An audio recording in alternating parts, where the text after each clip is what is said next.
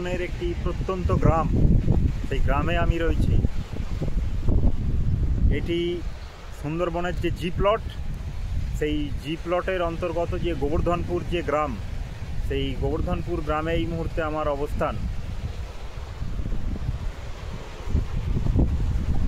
সামনেই দেখা যাচ্ছে গোবর্ধনপুরের যে সি বিচ। এই গোবর্ধনপুরের যে সি বিচ, এটা পশ্চিমবঙ্গ তথা ভারতবর্ষের শেষ সমুদ্র তট।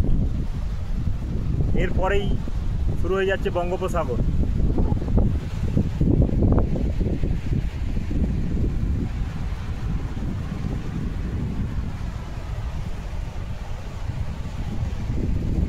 পশ্চিমবঙ্গ তথা ভারতবর্ষের শেষ সমুদ্র তট গোবর্ধনপুর যে সি বিচ, সেই গোবর্ধনপুরের সি বিচে এই মুহূর্তে আমার অবস্থান।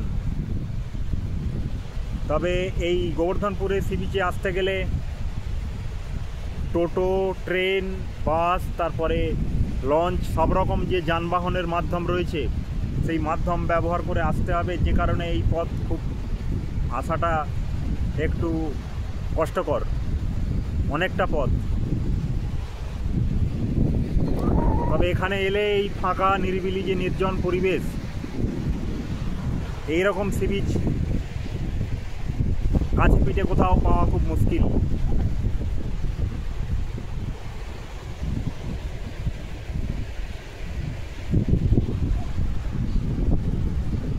আমি সি বিচের উপরে যে সি ডাইকটা রয়েছে, সেই বাঁধের ওপরে দাঁড়িয়ে এই মুহূর্তে ছবিটা তুলছি।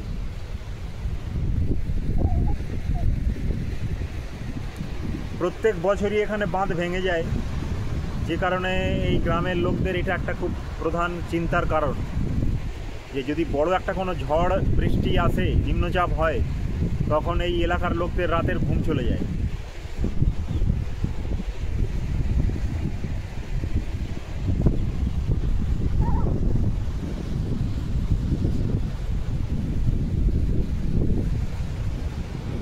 সামনেই আমার সি বিচ, গোবর্ধনপুরের জি প্লটের সমুদ্র সৈকত।